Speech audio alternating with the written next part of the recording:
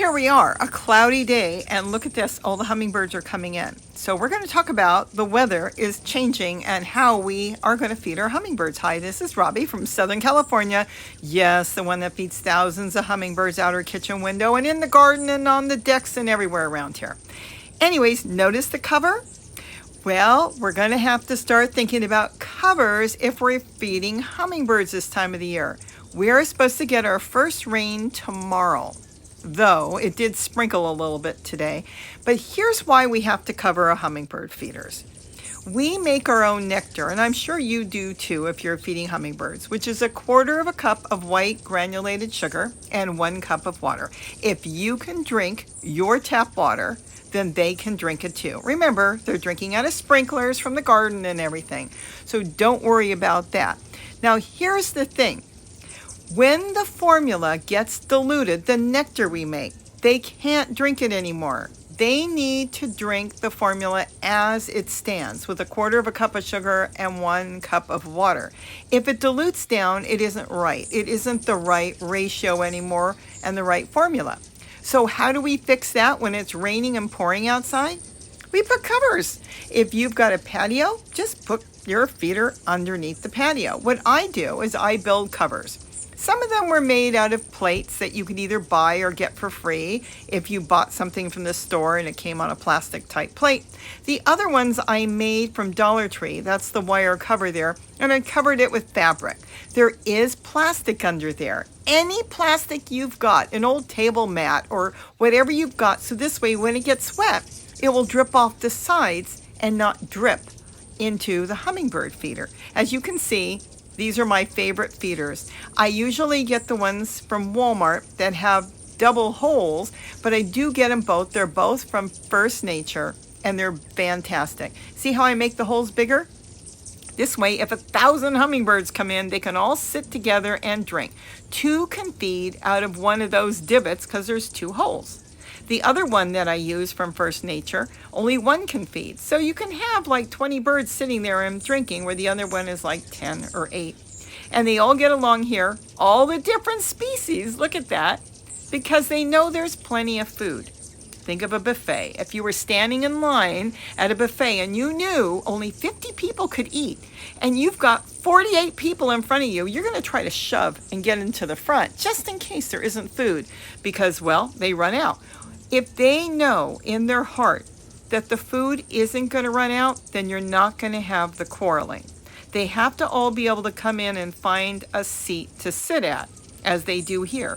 Do they have favorite seats? Of course they do. They're like people. But will they sit somewhere else if they can't get their favorite seat? Yeah, they will. Sometimes they'll come and push another bird off. See, that Rufus? He just pushed somebody off because he wanted his seat. And look at the one next to him. Oh, see the little white on the top there? They're going through a color change and they're still getting their new plumage in. So it's just kind of the shafts over their feathers and they're slowly coming off to show their color. Look at the little white tip tail.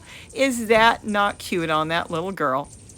So here everybody's happy and I'm happy as long as I've got enough food. I make gallons and gallons a day. I take each feeder in, wash and scrub it, and put it out. I wash my feeders as if I was going to drink out of it. I'm sure you've got good hygiene habits. Just wash it as if you were going to drink out of it yourself and you'll be good to go. Use whatever you want as long as you rinse it really well.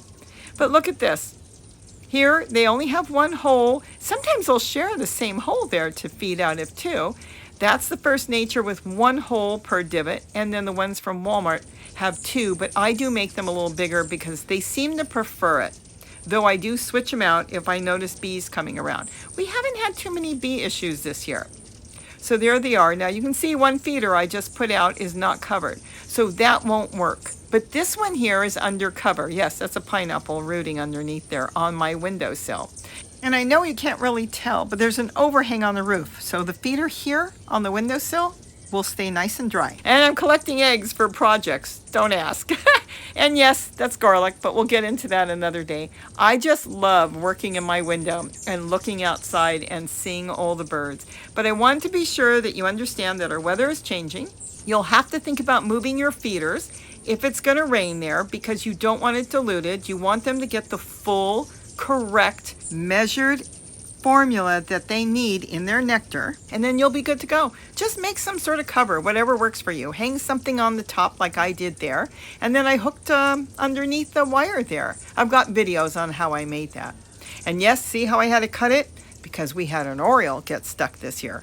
Couple times. So we don't want any birds to get stuck. Even a hummingbird did one. So I made a little snip and see, works perfect. Everybody's happy. Everybody's safe. And that is the main thing. We want everybody happy, well fed, and safe so they can get back into the garden and search for insects, pollen, and nectar. And when they need a little bit more, they come here. So with that, have a wonderful day. Feed the hummingbirds if they're there. Get as many feeders out as possible. And well, with that, have a wonderful day again. And don't forget to eat what you grow. And yes, we grow these flowers. We grow and propagate the hummingbird's lunch. So we have it all over the garden. So with that, have a wonderful day. And don't forget to eat what you grow. Bye-bye.